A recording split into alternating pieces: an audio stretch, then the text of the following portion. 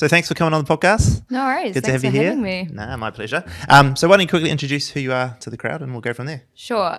My name is Blake. I'm a singer-songwriter originally from Queenstown, now based in Auckland, and I just love writing pop songs. Love it. Awesome. Well, on the story of pop songs, so tell us, I want to know, when did this journey of being a recording artist start? Like how did you get into this? Well, I've been songwriting since about 15, 16, and sort of towards the tail end of high school, I started doing what's called top-line writing, which is where a producer will send you an instrumental and then you write the vocals on top of that. So I did that within the genre of drum and bass for about 3 years. And I moved to London at the end of uni, and I did a lot of that songwriting in the UK. It wasn't until about 2020 that I really decided that I wanted to really be my own project in itself and move into pop music. And it was sort of during COVID, and I think everyone was sort of having a bit of a life reevaluation and a bit of a reconfiguration. So I really decided at that point, I got made redundant from my job in London, and then I had some time and thinking about it, and I just thought, if I'm ever going to do music properly, now is the time. So I came back to New Zealand thinking I was only going to be back here for 3 months, and then I've basically stayed since then. Because New Zealand's just got some amazing infrastructure in place to support emerging artists. So I've been very fortunate to have some great support through New Zealand On Air towards my releases. So I guess to answer your question, 2020, end of 2020 was when I really decided to put my foot down on the gas and really go for it. Yeah, nice. And tell me that little journey, because you've obviously got your new single out now, but there's been a few releases before that. How many in total, and how's that journey been so far? I've released about 10 songs, I think. And I would say last year was the first year I really seriously put out music, and that sort of with thanks to New Zealand On Air, because I got some great funding. Because prior to that I didn't really have the resources to be able to approach, experienced producers and getting a mixing engineer and a mastering engineer and get all the visuals done, and so without that funding it was hard for me to put out a release to a certain standard. And then last year was the first year I was actually able to release music that I thought was of a really good standard, and I'm really proud of. So cool. And I want to dig into this journey a little bit, because I don't know a lot about that side of the music industry. Tell us, when you're trying to put out music, right? And you're trying to do it to that standard, and you talked about producers and engineers and mastering engineers and stuff. Like, what does that look like, and how did you know a little bit about that world because of the top line stuff, or like how did you know to navigate that? A lot of it was just sort of baptism of fire, just going in with sort of a real naivety almost, and thinking I can do it all and it's going to be fine.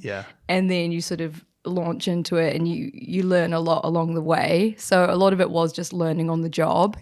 And I'm quite fortunate that I have got good organizational skills, and I can communicate, just stay on top of emails and coordinating things. That's a really big part of being an independent artist. So just sort of tapping into all these different skills that I've been able to develop along the way. And I've just learned so much in the past 2-3 years that I think if I'd stayed in my old job in the sort of traditional corporate structure, I was frequently getting very frustrated by sort of the lack of development available. And I'm a super creative person. I've always got lots of ideas. So doing what I'm doing now has allowed me to like really push myself in terms of the music video creation concept process, the song concept process, and then just putting it all together.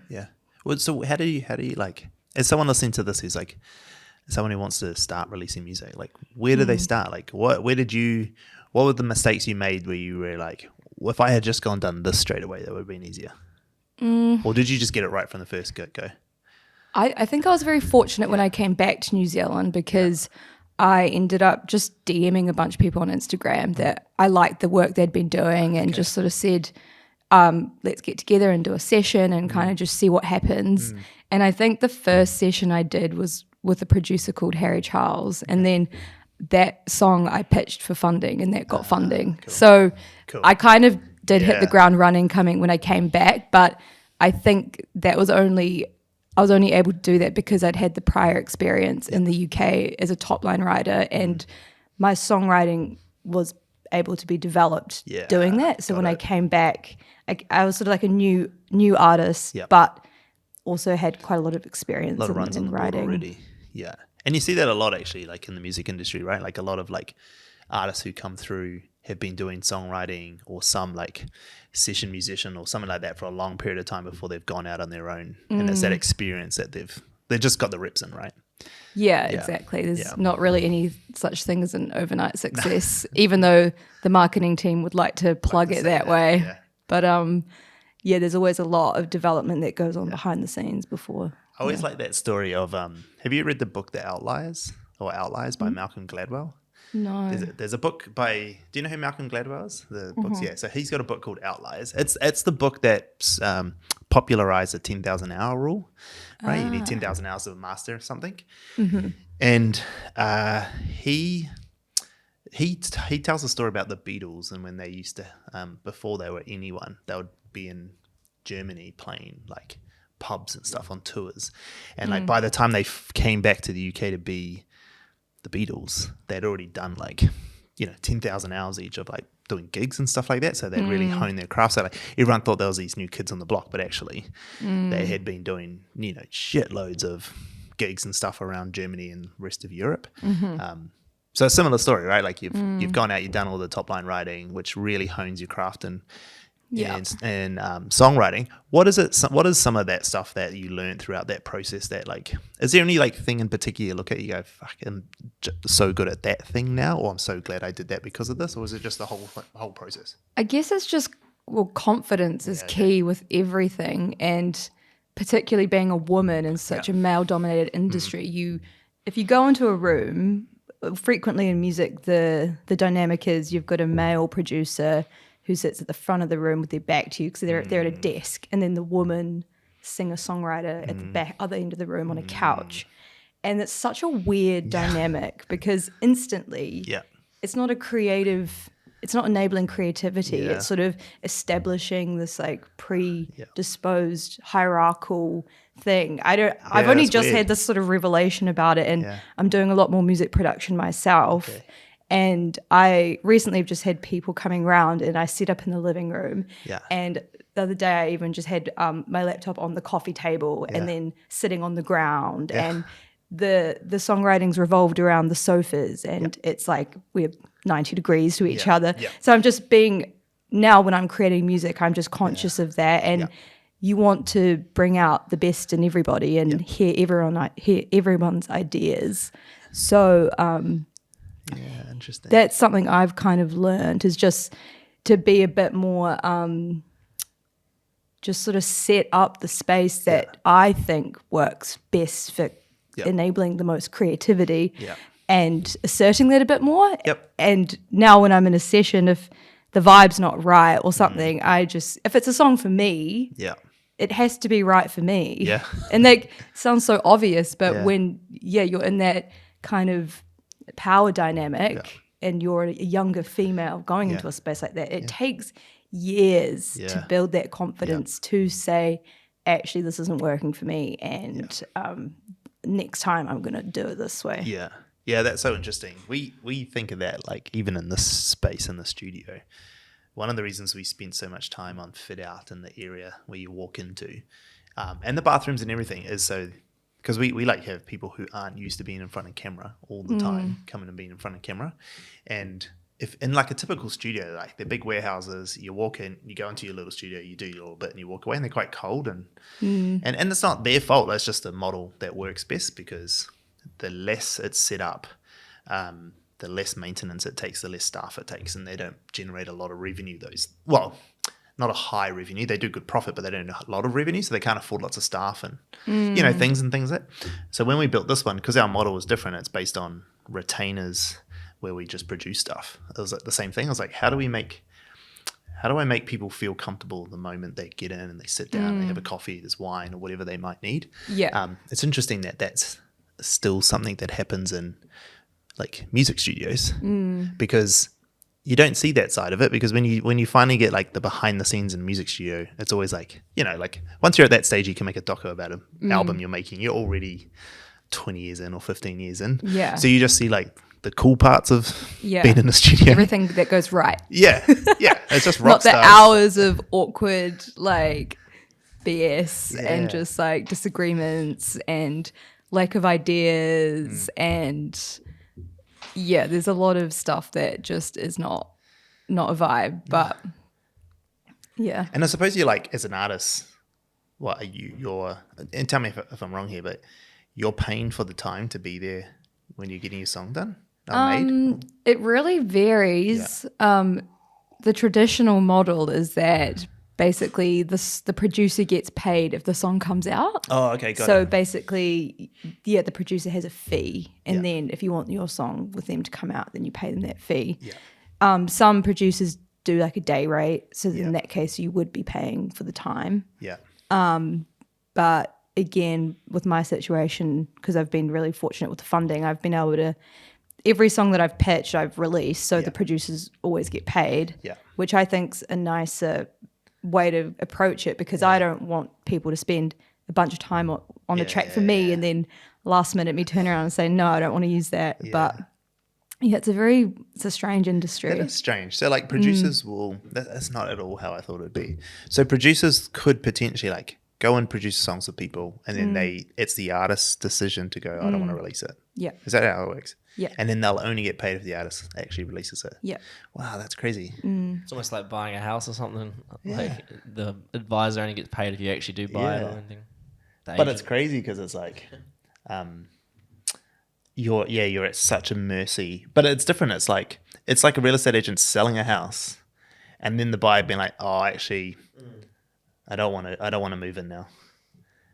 That's crazy. So that's actually, like, for me, is quite surprising, because like it is a weird model, because there's a lot of trust that goes into producers, that these are like who they take on, which I suppose maybe lends its hand to why young artists may find it hard to find a producer, because there's no trust with the producers in case.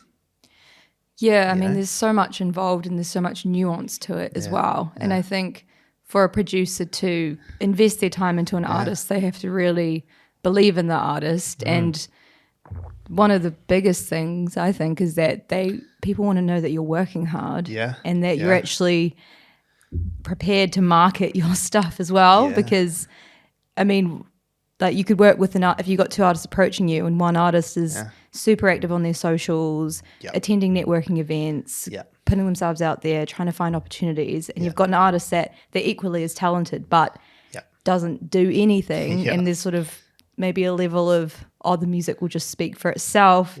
I don't really think that works necessarily, because there's so many songs being released every day, so you have to be proactive. So there's so much that sort of goes into it. It's interesting. I honestly, I didn't know that, and I didn't realize that's how it worked. That's kind of crazy. Okay, so you're at the stage where you got you had quite a number of songs released in 2022, was a big year. And then you started to promote this new song of yours recently. And when did that drop? It was only Friday. Because you had your event on Friday, right? It was the 4th of August, so it was just like a week and a half ago. Yeah. No, it was a Friday. Wait. Yeah, that was Friday. Yeah. Wait, sorry, the 28th of... the song came out earlier, then you had your release party on the 4th. Yeah, that's correct. So the song came out like a week or so ago. Yeah, I've done my research. I've seen it. But you had a release party on Friday. Yes, that's correct. So tell me about that. Tell me how that's going, because I saw that you put up a TikTok, or you put up some content recently that you got 13,000 or something streams already in like a week or so. Tell me how, now that you've had a few songs go, how has this new one gone for you? Like, this has gone better than any of my previous releases, and honestly surpassed my expectations in terms of industry support and just response in general. Which is amazing. And I think is a testament to the fact that with my work, my main goal really is just to be better. Every song I put out, I just want it to be the best it could possibly be. and the quality of the work. Like it landed on 3 international Spotify playlists, which is super competitive. That's crazy.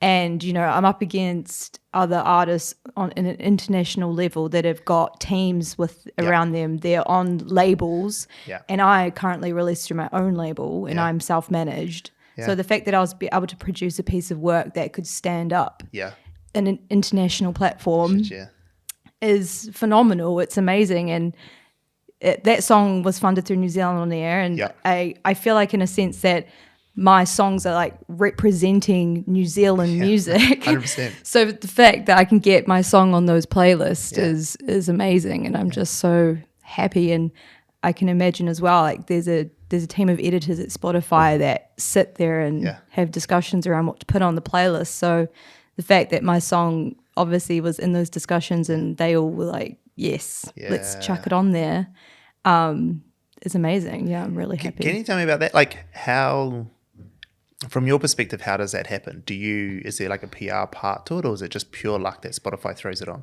It's a combination of things. And so on Spotify there's a pitching tool. So if you've got a release coming up, you can pitch it yourself. Cool. So there's that. And then New Zealand On Air send out a newsletter to the DSPs like Spotify, Apple, with a highlight list of releases coming out for the week. Yeah. So they included my release on that. Fantastic. I'm working with a PR company in New Zealand. So they didn't directly pitch the song, but you include that in the pitching information. So they know that your release is getting support domestically and being pushed out there. I have a distributor in the UK who also sends in a pitching form with the really upcoming releases coming out through the distribution platform. So it's a multi-pronged thing, and also the song is good. So that always helps. I think everyone's always looking for quick answers and quick fixes, and people might think, oh, it's just lucky, but it's actually. This isn't luck. It's like it's been a decade of me developing my craft and being fortunate enough to be living in a country where there's support for the arts and hard work and people in the industry supporting me. So it's a whole combination. It's a whole bunch of stuff, which is cool, which is a better thing to have, right? Because like if it was pure luck, if that was what it was, that would be shit. Like one would be shit from your perspective because you're like, oh, well, I got lucky on that one. Who knows how the next one will go or whatever. But also as like other artists trying to come through, it's like, no, the real differentiating factor here is like time and market and effort, right? And then team support, right? And the team for you is like, New Zealand, like the government and everyone else, the whole support network you got in PR, which is pretty cool though, actually. I think it's better.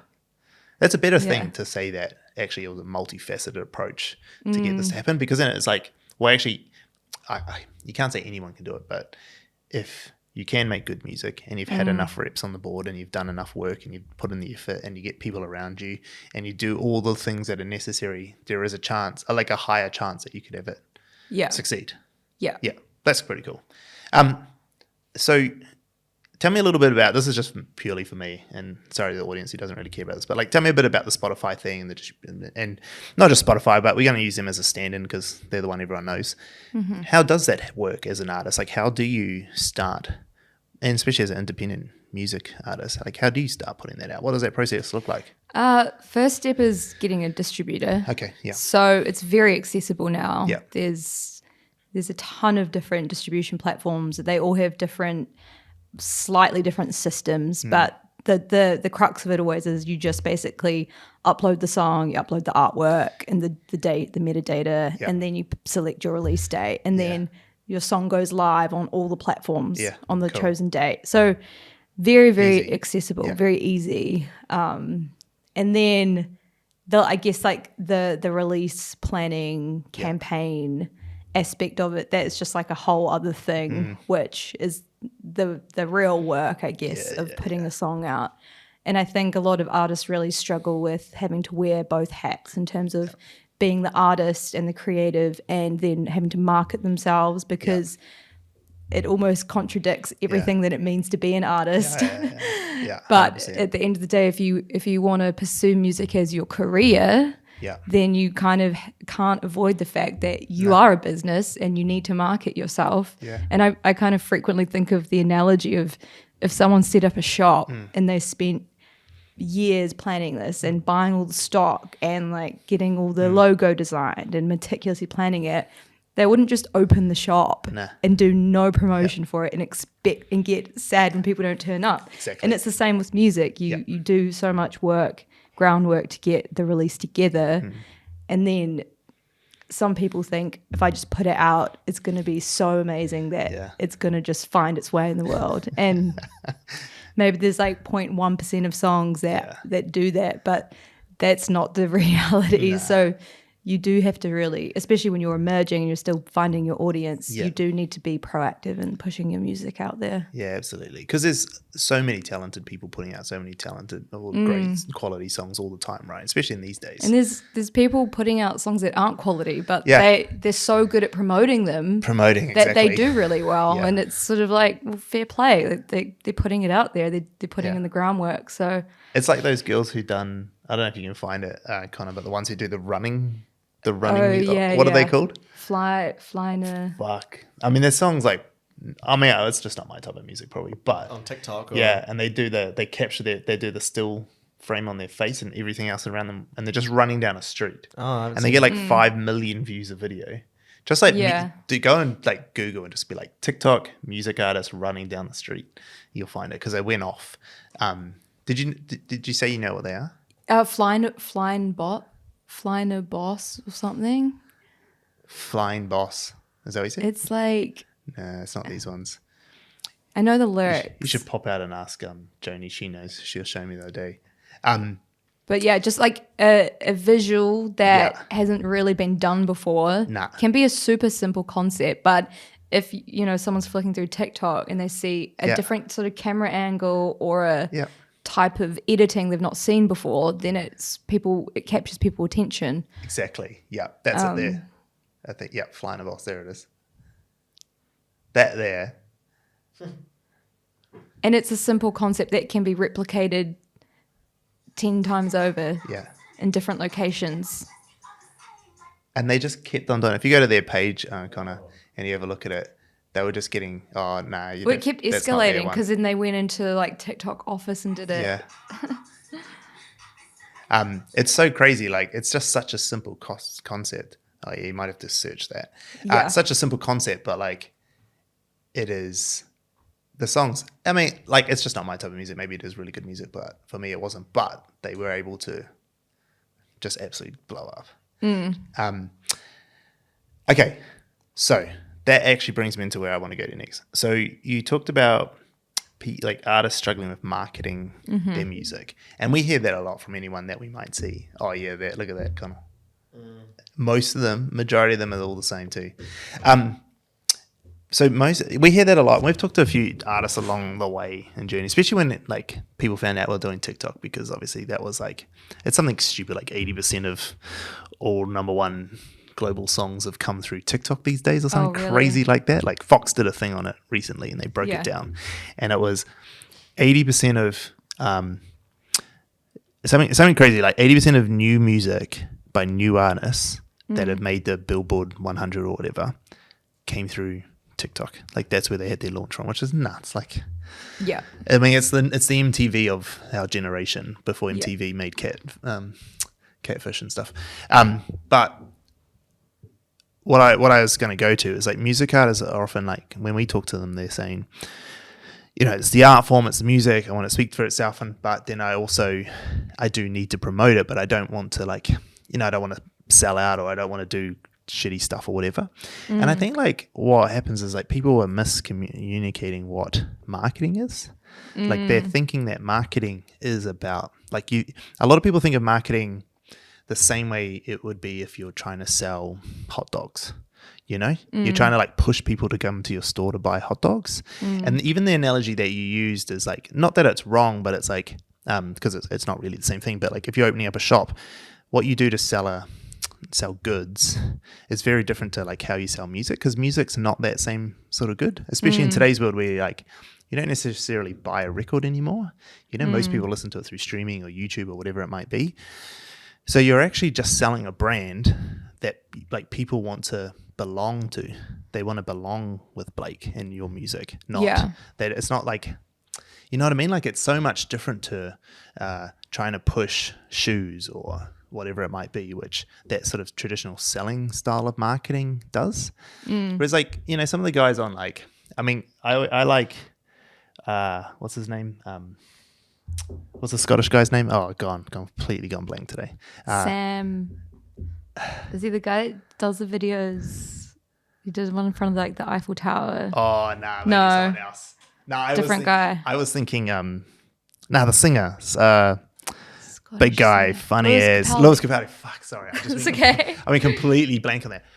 Lewis. Like the way he just dominated, that's in there, dominated TikTok.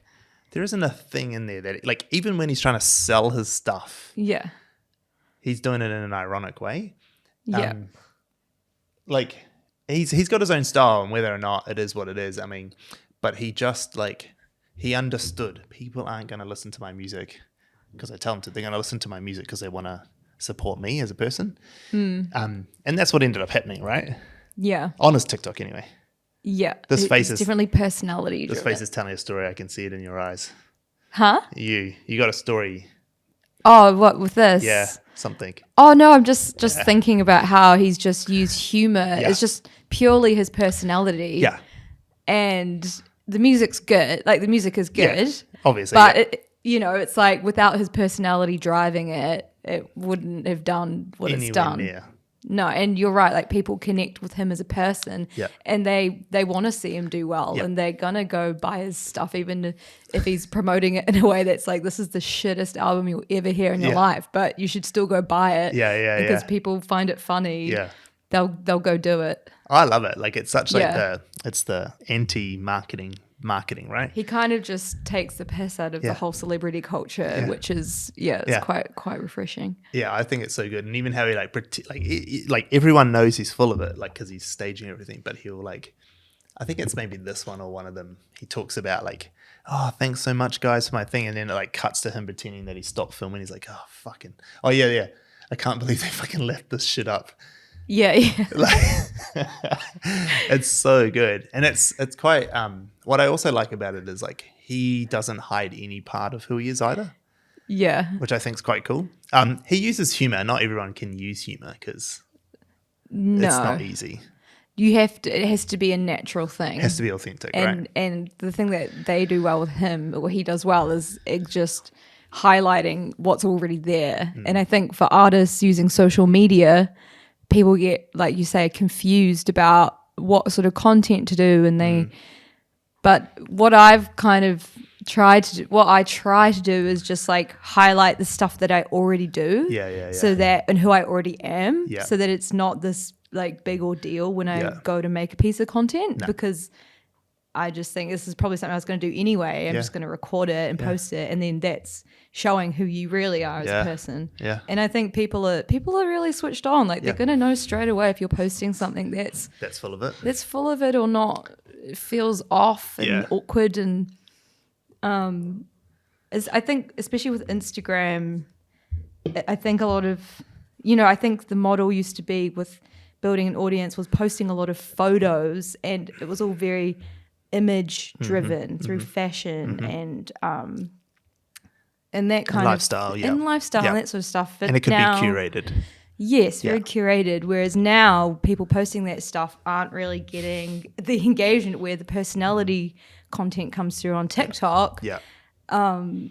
So yeah, it's good. I prefer that because I like fashion, but it's not my whole thing. Nah. I don't have the time or energy to be like, or money to be going out and buying heaps of clothes and doing heaps of shoots. But I find it easier just to go onto TikTok and say, hey, this is like what I'm thinking about this thing, or this is what I'm doing, or just make it a bit more informal. I think it's smart. And can we bring up Blake's one as well. I was thinking about yours as well. Like, I really like what you've done in terms of you have just trying to be like, take us along for the journey. Yeah. You know what I think that where you're missing? What? You're not taking us deep enough Right. to like mundane stuff that you just going about the life. Like, Yeah. knowing how like a producer, like a session with your producer, or like those in behind the scenes, like those intimate moments that no one else gets to see, that like maybe you're messing stuff up or you're not really sure, you're trying to figure out how do we get this next piece of the song right. Yeah. You know, like there's still, I mean, this is going to expose me a bit, but there's still this one piece of watching Taylor Swift, watching her do Lover with, I can't remember who she was. Joel Little? Yeah, maybe it was Joel Little. She was on the phone with him or something. And anyway, I remember her watching like how she developed the song like right then and there, like over the phone, and this breakthrough that she had and what she sent him, the early piece of it, like you did in that bit that you did in the text message. Yeah. But like she showed you do the bit. So in the text message thing that you got, which is this one. Yeah. You showed us the text message, which I really liked. I thought was awesome. I was like, fuck, that's so cool, like insight. But what she did is that when that text goes, so that I like your thinking, and then you sent the audio Yeah. and the bit in between. Yeah. What happened from the text to Yeah. the... There's a lot. Yeah, but that's the cool stuff. Like, hey, Yeah, like, it's for like, sure. because who knows how to do that? Like, who knows how a songwriter goes about... Yeah. It's a weird one because I think about this a lot in terms of capturing the process. Yeah. But there's a really fine line between capturing the process and that interfering your workflow. Yeah. And when you're crafting a song, Yeah. all it takes is one distraction to totally throw you off your train of thought. And that is something, I mean, there have been some sessions where I just will record maybe like for 15 or 20 minutes of the session, and then the rest of the session I'm like, phone's away. Yeah. Because as a creative person, your phone is literally one of the most, it's like the death of creativity, really. It's 100%. And I think it's happening a lot in sessions with like much younger artists where they're on their phone the entire session. They're totally disengaged from the actual crafting of the song, and the quality of the songs aren't coming through. So it's that fine, it's a real fine line between, yes, like being on in terms of finding those moments to capture, but also Not for taken me, away. as it like my art is first and foremost, and then the promotion stuff follows that. So if it's a moment where pulling out my phone is going to just ruin this vibe, Of course. absolutely not. No, I agree. I agree. It's very hard to find that balance, and I almost don't even think you're documenting. Like, one you could document is in, okay, from now on, there's a place, you know, like there's a place in the studio, wherever I am when I'm doing these things, where the phone goes over there and just records everything. And maybe that's a thing, and then you forget about it. It's a Big Brother model, right? Like when it's on long enough, you forget it's there and you can get into it when you know it's just in the background. There's that model maybe, and maybe it captures some stuff and then you've got to go find it and whatever. There's a lot of post-production then. But like in that video, it's like the Charlie Puth way he did it. Yeah. Right? Where he like obviously made the whole album. Yeah. But then he was like, I'm going to break down like the song bit by bit and what we did. He doesn't take it to the point of like, this is how we did it and recreate it. And he didn't do it to the extreme of like Taylor Swift doing it, where she like was literally recording everything. I mean, she was making the documentary at the time, so she was recording everything part of her life. So that kind of helped. She had a film crew doing it for her. Yeah.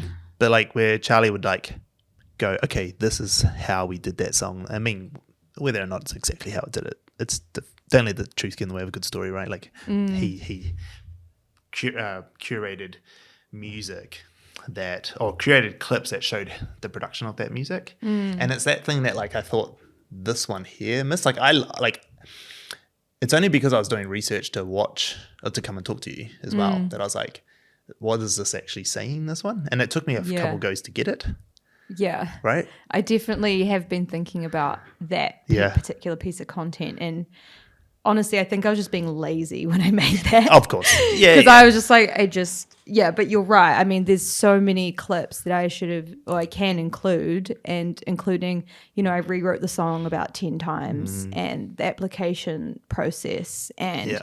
the administration process, and the fallout with the producer process, and the, Where is that? all that kind of, Where's that juicy gossip? all that kind of shit.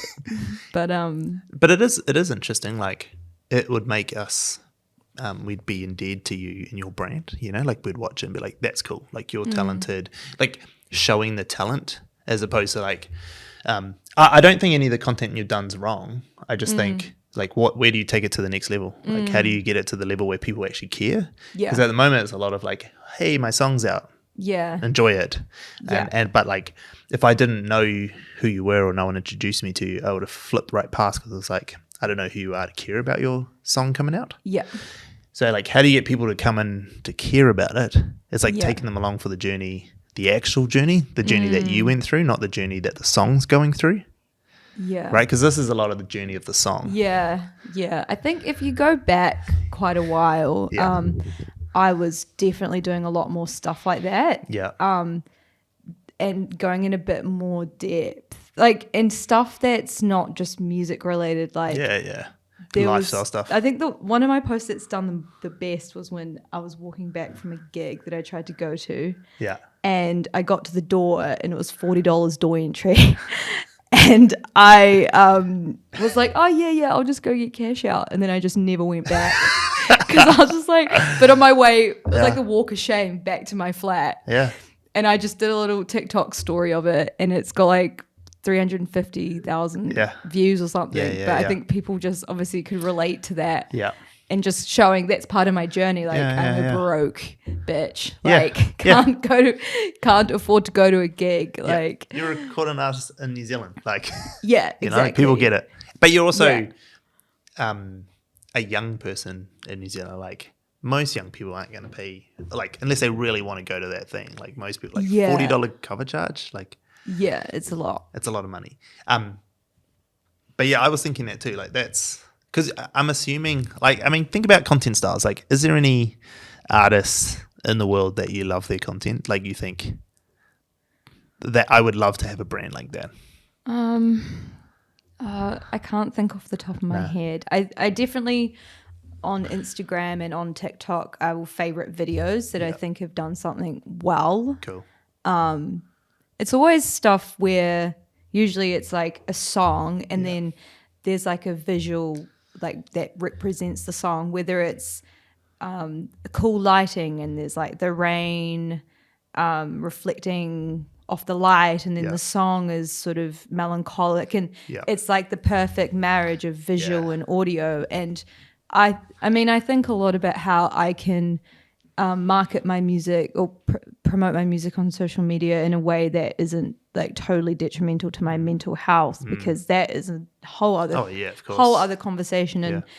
And I think musicians, I think 85% of musicians suffer from some sort of mental health, like severe mental health problems. So it's sort of like this perfect toxic storm when you get artists spending too much time on social media. So I do.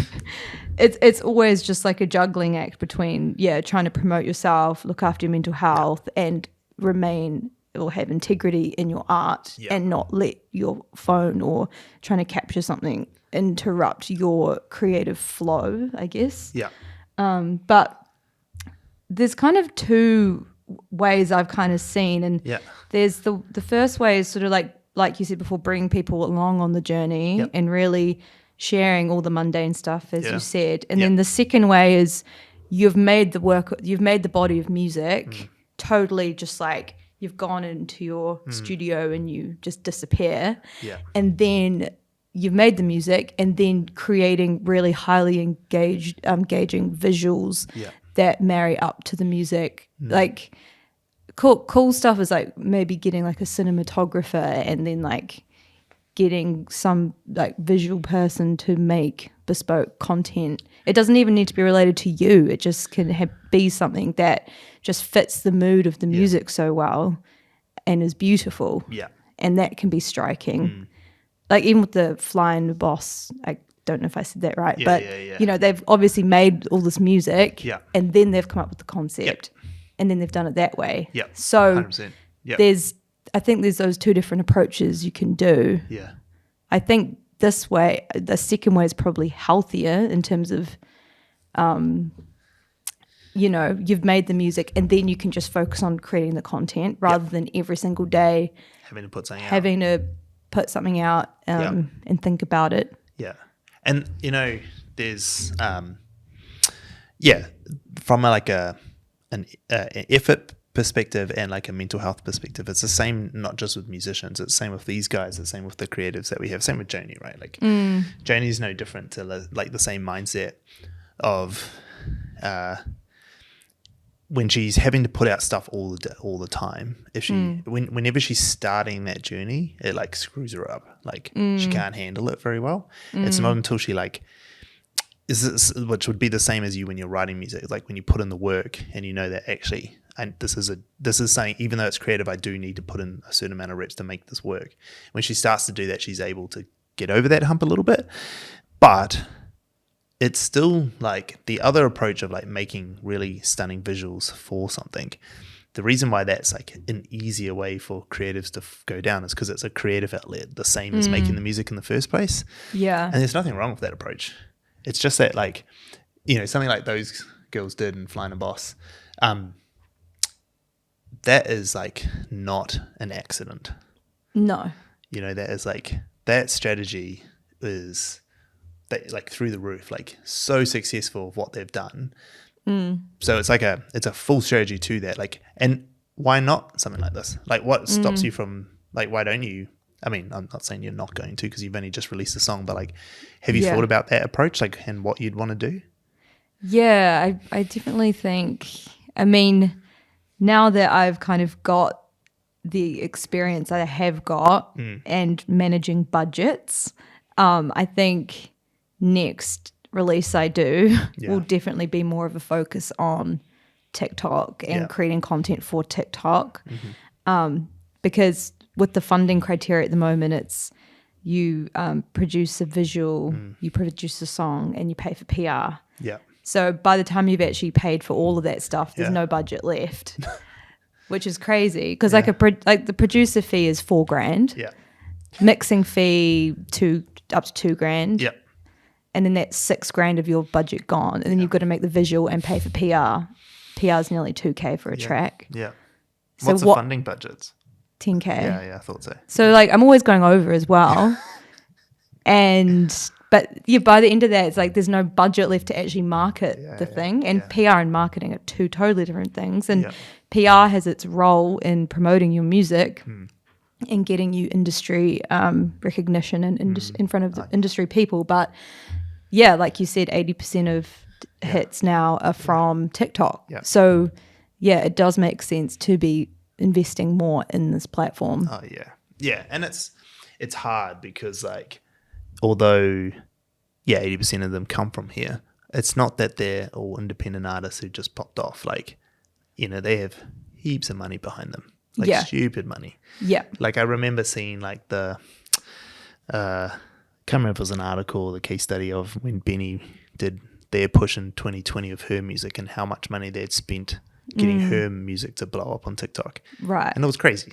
Where was that? I'd be really interested to read. I'll try to find it and I'll flick it to you. Yeah. Like it was like 6 figures spent. Wow. To get that music to go.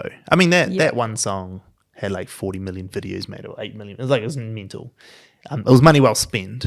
Like it was a good investment in doing that. But there was obviously someone backing that. Like it's not just an independent artist. Didn't just happen out of thin air. No. And like, and a lot of that is the way, right? Like when you come up with an idea, you still need to push it to the right people. And so it's not easy to go viral on these things. But like, I guess where I want to go to with you is like when you're thinking about how to make that creative or that content later on, because none of it's necessarily needed to be, it's not expensive to make either. Like you can make it all on your iPhone or your phone or whatever it is that you're using, right? Yeah.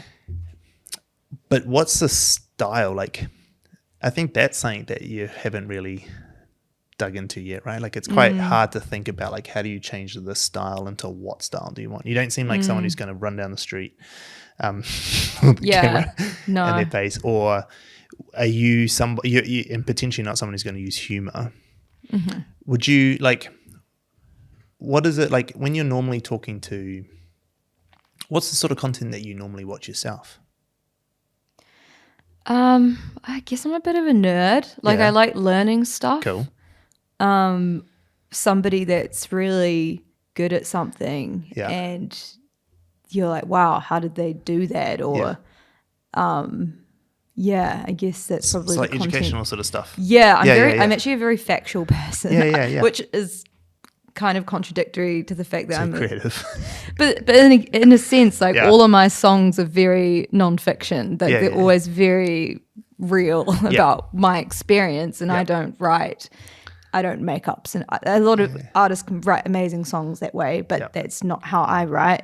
So I mean the content I like is always from like a factual perspective. So it makes sense that your content you would make emulates that style, right? Yeah. Like you don't want to make I think like if you're trying to make content, you don't want to make something that you wouldn't watch. No. I mean, you probably, I don't know, you might tell me something different here, but I'm assuming you don't make music that you don't want to listen to. You know? Yeah, you obviously make music that you want to listen to, so you make content that you want to watch too. Yeah. And I think like, which means that like running down the street, if that's not the things that you're watching, if you're watching people talking about factual stuff or learning things, then that's still the same thing I was thinking about here. Like, how do you show someone that process, even post? Like, I would be, because that's the sort of content I like to watch too. So like, I would love to watch the bit in between there of what you did. Like, how did you do that? Like, what was that process even looking like? What was going through your head? How do you articulate it later on? Like, you might not be able to get it perfect because, like, I know that's not necessarily how creative things happen. Sometimes they're just like, it all just sort of forms in your head at once, all the pieces. But like, it is easy to like somewhat post break it down, going, well, obviously I had to think this to get to this part. And I thought about this, and then I spoke about this particular part because it related to this story or whatever. Like that's the stuff that I mean, I'm not sure. It's like the nitty gritty. How do you do it? I think, that's a good point. Because I think because I've been songwriting for 15 years. So for me, it doesn't seem like such a thing. But songwriting is such a niche skill to have. Niche. Like it's mind blowing because what's cool about it is we all listen to music. Like globally, universally, music's universally accepted that we all humans listen to it somewhat, right? Yeah.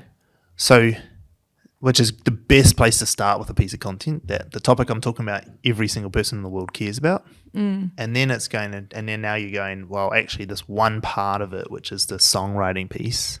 I'm going to tell you my process for doing that. And now you're going to get people, like everyone's going to be interested in it. So it'll go, I mean, viral is like maybe not the right word, but it'll get enough people interested in it because they're like, oh, this is interesting. I like music. I want to learn about, I want to hear about how this person writes a song. The same way I think about it with like, construction guys, or like there's one guy I watch, Nathan, who does asphalt. He lays asphalt. We all drive on roads. We all know what that means. But none of us know how they're laid really. Like unless you're in that world, you don't really know. And like watching them lay asphalt is crazy. Like I'll watch for ages watching him just like, like putting that shit down. And it's like, I don't really care about it, but because I don't know anything about it, I'm real interested in now. And like, we all see that. It's the same with like the lawn mowing guy. The guys that do the lawn mowing that like... Oh, is that what they just do it for free, for views. Right, yeah. Because they make all their money on YouTube. Yeah. And like we all know people need their lawns mowed. Why are we watching these things? Like they're satisfying just the to watch. Satisfaction of seeing and seeing how they do stuff. And it's like the cleaning TikToks. Yeah, exactly. Yeah. I was going to go into this earlier, but like, what if you just had, the middle ball that rolls down and smashes the glass? What if you just had a song behind that? 20 million views, everyone. I was going to jump to that next, which is like... which is like the second stage of it. Like the first stage is like, what is it that Blake does that helps her story? But then the way we think about it is like, how else can you distribute it? Like how else can, like we have a bunch of accounts that Connor's building that all have like targeted audiences about random stuff, right? Like, have you seen the ones like he's talking about where you like drop the metal ball? Yeah. Right. Like, it's Or like so the dumb. bottoms- The bottoms going down the stairs and they're smashed. Yeah. Like, so stupid. But making those accounts, so our thought is like, how do we make these sorts of accounts for ourselves? They're stupid. No one needs to know who we are behind them, but you can distribute things through them, right? Like you can, like for instance, you could have audios playing. Like you could charge artists, for instance, you know, it's this much for your song to be behind this track. Yeah. They take a lot of work, and you probably don't have the effort to go put those together. But like, but those sorts of channels are there for, and they will work with emerging artists just as, you know, just because they're cool, like they're good people. Right? Like, Yeah. you think about all the YouTubers who like dissect music and like talk about different things, like reaching out to those guys who have millions of followers, they make their money on the sponsors. You're an independent artist who they can easily see, and they understand the music industry. They're like, well, she doesn't have millions of dollars, so she probably can't pay us. But this could be quite cool if we worked with her on how she wrote this song or how she broke it down or whatever. So it's like, there's like the one side of it, which is, what's the TikToks that you make that go viral, or how do you do it? And I think in your world, it's like, you're a songwriter. Teach us about songwriting. Like, I'd love to watch a channel about songwriting. Like, I don't even want to make music ever. But I would watch that, and then I would listen to your songs because of it, because I'm like, this is cool. I know why she wrote this song. Like, I get it. It means a whole lot more. It's like when Sophie showed us her song. Like, I care about Sophie, so I cared about her song. Like, I would never listen. Like, one of the girls in our team, they produced a song recently, and I would never listen to the style of song probably that it is, but because it was her, and I know the story that went into making it and why she did it. Like, I was like, I mean, we all cried on Friday night when she played it to us because we all knew the story behind it. Yeah. But then there's the other side of it. It's like, how do you distribute it? How do you distribute the track, but don't use necessarily traditional PR? Because traditional PR goes to the big guys. You know, they go to all the normal places that you would take music. But there's like, there are just like, I don't know, probably 1,000 YouTubers who all just talk about music on their channel. Yeah. And they have massive audiences. Yeah. Or there's TikTok guys who just do that, right? It's like, I don't know his name, but there's a guy who, his video about the dude who made the, oh man, my mind's so blank today. The Billie Eilish, you know the song Billie Eilish? Yes. By the American rapper. Oh, is he American? Yeah, American rapper. What's his name? The t-shirt one. You know the one I'm talking about. Yeah. The guy who made the song talking about the guy who made the song, that video was bigger than the guy who did the one about the Billie Eilish song, which blew up this guy's career. Like him making the video. I forget what that guy's name is now. Just dissected it. Just dissects it. Yeah. It just talks about it. And then those guys are all the time looking for content, like by pitching them like, hey, here's a song, here's my thing of how this is the story of it going. He's now got a story to make a piece of content with. Yeah. And that's how I found out about the Billie Eilish song, like the whole story about it and who the guy was, is because, well, I still can't remember his name, but so maybe it didn't work that well. But like, I know the song now because of watching that guy's TikTok. Yeah. Does that make sense? Yeah. Like, what are the other distribution channels outside of the traditional ones? Yeah. Because these guys get like millions of views, massive audiences who come back all the time and make them the authority on something. And they're always looking for new content ideas. And I think you're in a real unique position at the moment as like an independent artist who, like, people understand what that means. Like, they know, especially people in the industry, they understand what that means. They know you don't have like millions of dollars behind you to market anything you need. Yeah. So they're probably more willing to say yes to you because they're like, well, yeah, I was there once. Like, actually, a lot of the TikTok guys who have got 1 million followers, they still are there. Like, they're not making lots of money. They just need to make content. Yeah. And you've like handed it to them on a platter. Yeah. You know, like, how do you feel about doing stuff that way? Yeah, no, I feel definitely like keen to explore that. Have you ever done that sort of stuff with anyone? Have you tried any of that sort of thing? No, not really. I think a lot of the thing for me is like energy. Yeah. Because for me to put together the song that I put together and the music video, it's a lot of energy. And then to go away and think about all this other stuff as well, it's like a whole other thing. Yeah. But yeah, it is important though. Yeah. So definitely something I'd be keen to like dig into a bit more. Sometimes where a lot of people they see all these ideas and then they think, oh man, that's so much work to go do all those things with these people. And because there's so many of those people, the hardest thing to do is actually just outreach to them, which you obviously know how to do because you already did that with the top of the line stuff that you talked about. But then also when you came back to find producers, just contacting them saying, hey, I don't have any idea, but I've got this new song and I'd love to collaborate with you on something on here. Yeah. Those people, because they make content all the time, they will give you the idea. Like, you don't need to think, and then you can just, I mean, half the time they'll just go and do it, you know? So it's just like a catch-all. It's just like, I'm going to message 50 people and say, hey, I love you, what you do. I've got this song. I'm an independent artist. I'm trying to push it out. I need to make content. I'm not really sure what to make for content. And I'm good at making music, not content. But is there something you think you could do with us? Yeah. You'll get people who pick it up who are just like, yeah, 100%. Yeah. Like, let's just go for it. Like, we had Jazz Thornton in here the other day, and she was telling us about who was the guy? Oh man, I'm so bad at names today. But there was a guy that this whole podcast is just gonna be like me trying to figure out people's names. She met a guy that was in LA who did a song on mental health, and she was like, she heard it from someone, sent her the song, and she was like, this is fucking awesome. Just messaged him because it related to her so well. She's messaged him saying, hey, I've got this crazy idea for a piece of content. Are you keen? And he's like, yeah. So she flew to LA. Wow. And like hired a studio producer. I mean, she's got a foundation behind her, so they paid for it all. But she went over and like did this whole thing with him and made this whole video, which, I mean, by the time this video goes out, it would have already been released, where like for the launch, right? But that was just someone, she found his music found the right person who resonated with the song well enough to just go, yeah, I'm in, let's make a piece of content. So he just got literally like a few $100,000 production. What would have cost him that if it wasn't her doing it for free?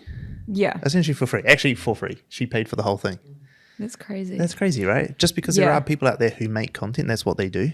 Yeah. That's their whole business. Right. Yeah. Right? They have to make content because that's how they make money. Yeah. And so they're not making money off you. They're making money off the sponsors and the ads and all the other thing that comes along from their content getting put out there.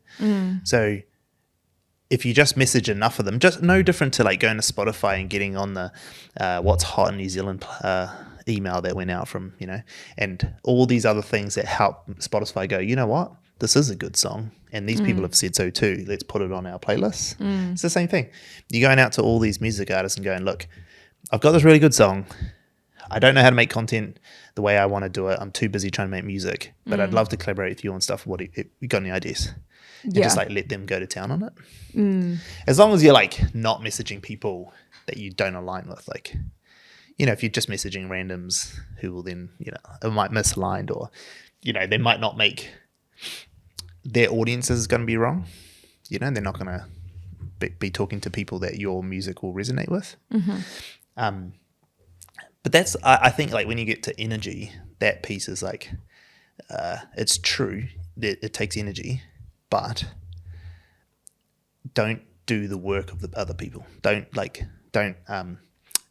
think to yourself, oh, if I'm going to do this, it's going to be heaps of effort. You just tell them, look, I don't have capacity. I'll do what you need me to do, but I don't know how to do this, and just be upfront with people. Yeah. And see what they come up with. You message enough people and someone's going to go, oh, this is Adam Neely. Do you watch Adam Neely? On Go to YouTube and go Adam Neely, Neely. There you go. I remember the name. I probably got it wrong, but yeah, that's on. I feel like this guy would do it. This guy like breaks down all sorts of music. He does a lot about, he actually has a lot about like this sort of stuff. Like he gets real angry with like the plagiarization lawsuits and how people are bringing, you know, the Ed Sheeran lawsuit and how people are bringing like bogus suits and stuff. Yeah. That's one thing he does. But he also just like breaks down the music of music. And like he obviously always needs ideas to make content about. It's hard to come up with YouTube video ideas. Yeah. That's why I think like YouTubers be the right one, because like theirs is like 15 minutes, not a 40-second TikTok. So they have to have like a real good idea. But then if you show them, like, if on your channel you're talking about the songwriting, Yeah. you know, you start to talk more about your songwriting process and teach people how to write songs, or at least your process. And then you go to one of these guys and you say, look, hey, I've got the song. This is my TikTok. This is what I know. You know music, the back, you know how the music works, and I know songwriting. What if we collabed on something? Is there something you could think of? Is there a piece or whatever? And people like this would like. I'm not saying that Adam Neely's going to say yes, because he's not exactly a small YouTuber, but they need stuff. Yeah. You message enough of them, one of them says yes. Imagine you get a song and look at the views of this guy. Like, this is YouTube views too, so. Yeah. And he'd just link the song or put it in. How do you feel about doing that sort of stuff? No, I felt like good. I think Yeah. it's good to think outside the box. Yeah. And, you know, traditional PR can only get you so far. So you do have to sort of be a bit more creative with how you get people to know who you are and what you're doing. You think about, you know, in the traditional PR stuff, have you had anything in like publications? Yeah. What publication? Oh, you mean like a magazine? Any sort of publication. Like an online blog? Yep. Yeah. Which ones? Sniffers. Do you know what that is? I reckon if you go, you know what I say?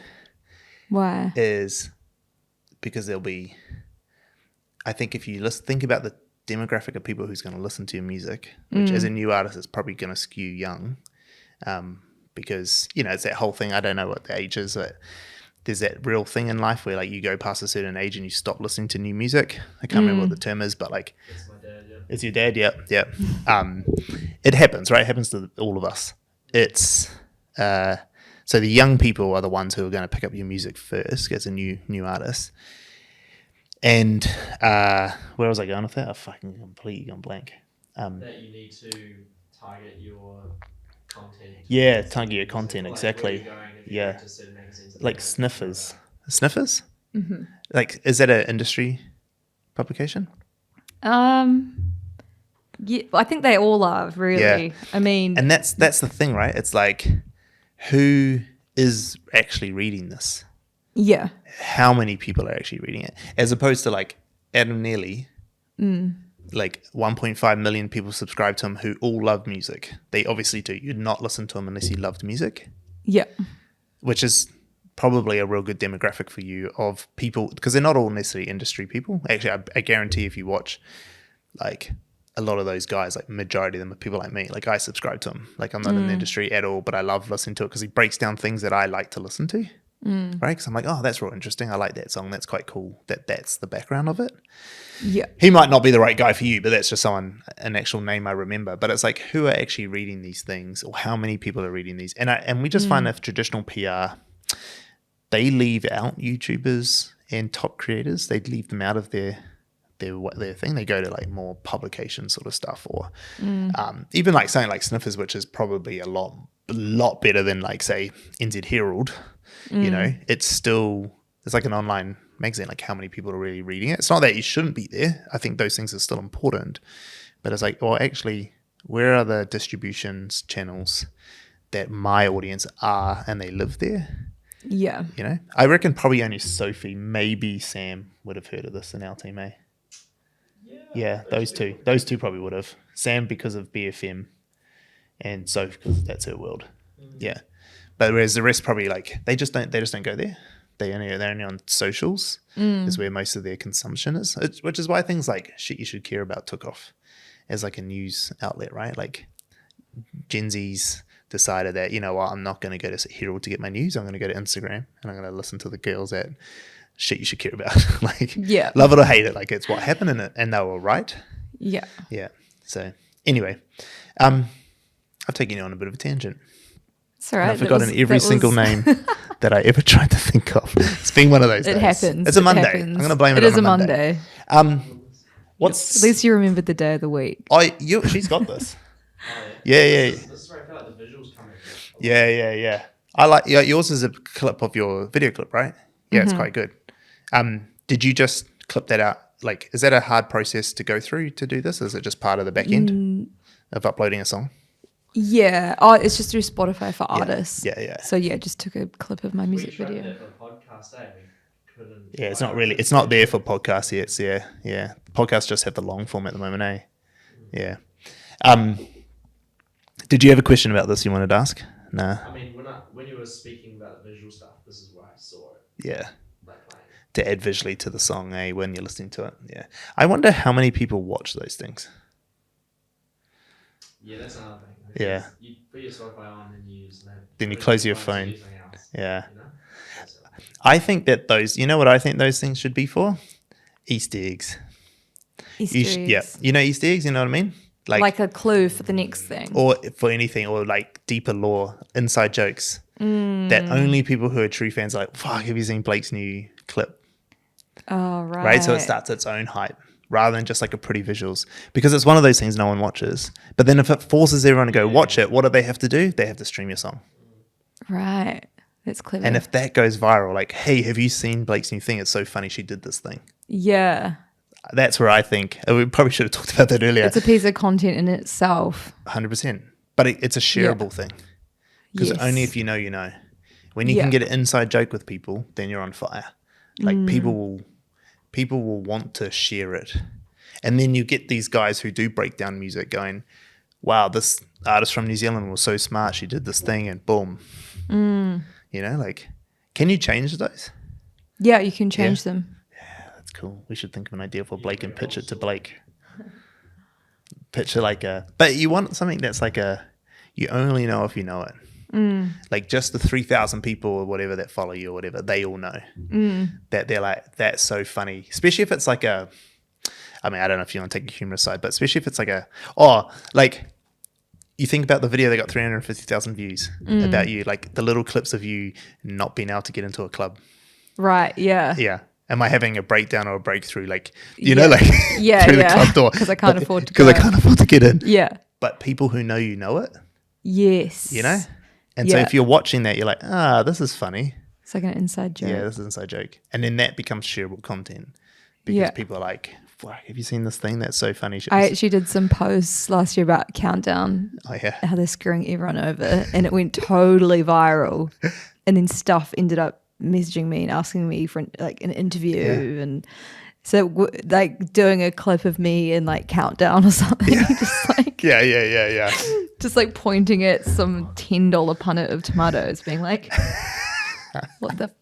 Yeah. Or even funnier, like, I always think of like, how do you subvert the expectations? Everyone expects you to go on a countdown to do that, but instead you're in there like loving life, you know, like how good is Countdown? Like the opposite end where everyone's like, what the fuck? Yeah. Weren't you in a video saying how much you Yeah, hated it? yeah. But that's the funny bit. Like, if people know you, they know you. Yeah. Yeah, I don't know. Yeah. But both are fine. It's either you lean into it or you subvert it. Subvert the expectation. You can't be in the middle. Yeah. Yeah. Interesting. All right. Before we wrap up, because we've already gone over, what's next? So just getting my new songs finished, really. Cool. I'm currently just trying to work out a new process for me in terms of getting my songs finished. That is more like sustainable. Yep. Because this last release just was such a difficult process for me for so many different reasons. And I was like, I can't put this much time and energy into one thing. Yep. I need to put out more music, and I need to find a way that is enjoyable for me, is sustainable financially, and just works for me. Yeah. So that's kind of what I'm doing at the moment. And I think once I've sort of built my team a little bit more and done what I need to do there, then it will just mean that I can, it's probably similar with content, you know, you have your process of the way you do things, and you get that dialed in, and then it means you can not have to think about it so much, and you can just do it. So just going through that at the moment. Cool. You should share that. I want to watch that. I mean, that's probably just going to put some pressure on you to make content. But like that stuff, I mean, I know we've already talked about that a little bit, about maybe from a mental health perspective, it's a bit too much. But like, is there like a weekly time where you can have this is what I did this week, but like talk about the challenges of it and trying to develop a process? Because like for us, like people who don't understand it, getting that insight into a world of like, fuck, is this what people have to go through to make music? That's crazy. You deserve everything you get from this because I would never do that. It's too much work. Like that sort of content's good to watch. But yeah, I understand what your point about before is like maybe that's too much to then continually do that. Yeah. But it'd be interesting to get behind the scenes of that. I have started doing a fortnightly like email newsletter Cool. where I do kind of outline from the fortnight Yeah. sort of what I've been doing and the Yeah. challenges and blah, blah, blah. So yeah, trying to maybe tailor that towards towards TikTok Yeah, would or be video, Instagram, whatever it is. would be However good. you do it. Cool. But yeah, I think for me now, my focus is like quality over quantity. Yeah. And if I can build up my mailing list to 1,000 people who every time I put a song out will buy the song or buy a ticket to my show or buy my merch, that to me is more valuable than 100%. having 100,000 followers that might see my content, might probably won't. The way we sort of think about it with follower growth and their loyal fans is that you only do need it. You know, it's the old 1,000 true fans thing. You only need that. But to get to that, you have to have 1 million people see you. And that's the hard thing that a lot of people... a funnel. Yeah. And a lot of people like struggle with that idea that like, I don't need 1 million people. It's like, no, you need 1,000. It's impressions and But then to have you 1,000, you need 1 million. funnel those viewers. Yeah. Because only 1 in every 1,000 people give a crap. Maybe even less, 1 in every 10,000. And I think you've already, what we call fan service content, you've already got. It's the content that people who know you will watch and they'll be interested. But then there's like fan acquisition content, which is the bouncer door stuff. Like it's the things that goes viral. But then people are like, wait, who's this person? Yeah. And they see everything else. Yeah. And they're the ones that you want to keep. So you don't necessarily need 1 million followers or 100,000 followers. But you do need to start reaching that many people so you can find the 1,000 that you want.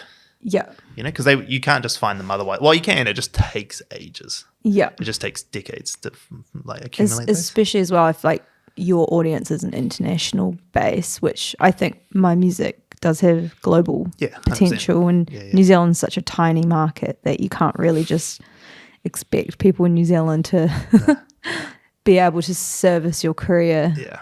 And going big in New Zealand doesn't really mean anything in the music industry in terms of career. No.